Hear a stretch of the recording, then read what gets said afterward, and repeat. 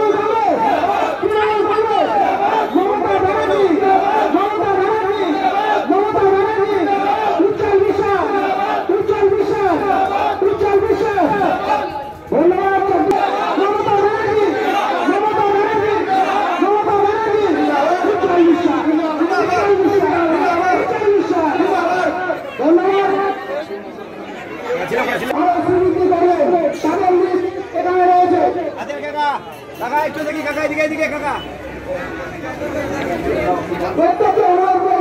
সামনে আসার জন্য সামনে এসে তারা আসবে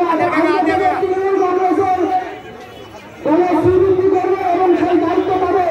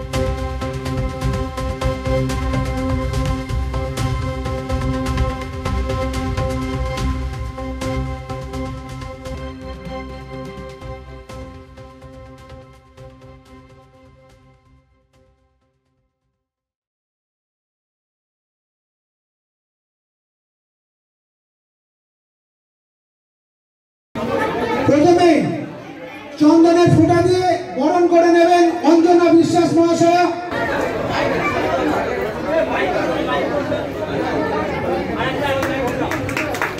তারপর মমিন বয়তালির মাধ্যমে আমরা অভিবাদন করব। এবার ব্যাস পড়িয়ে বরণ করে নেবেন সম্মানীয় উজ্জ্বল বিশ্বাস মহাশয়কে, সুদীপ কুণ্ডু মহাশয়, উজ্জ্বল বিশ্বাস মহাশয়কে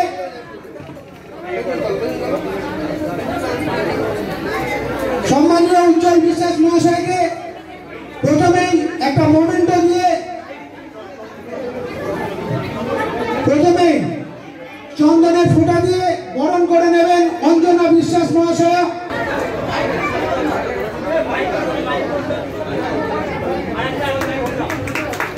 তারপর মমিন বয়তালির মাধ্যমে আমরা অভিবাদন করব। এবার ব্যাস পরিয়ে বরণ করে নেবেন সম্মানীয় উজ্জ্বল বিশ্বাস মহাশয়কে সুদীপ কুণ্ডু মহাশয়। আজ আপনাদের কি কর্মসূচি ছিল? আজকে আমাদের কর্মসূচি ছিল কৃষ্ণনগর 1 নম্বর ব্লক তৃণমূল কংগ্রেসের পক্ষ থেকে এক কর্মী সভা। সেই কর্মী সভা বিরাট এক জনসভায় পরিণত হয়। সেখানে উদ্দেশ্য ছিল নতুন ও পুরাতন কর্মীদের নিয়ে আলোচনার বিষয়, এছাড়া যোগদান পর্ব। তো মমতা বন্দ্যোপাধ্যায় যেভাবে উন্নয়ন করে চলেছে, সেই উন্নয়নের আবেগে আজকে মানুষ বিজেপি সিপিএম কংগ্রেস ছেড়ে আজকে মাননীয় শ্রী মন্ত্রী উজ্জ্বল বিশ্বাস মহাশয়ের হাত ধরে 1000-এরও বেশি কর্মী আজকে জয়েন করেছে।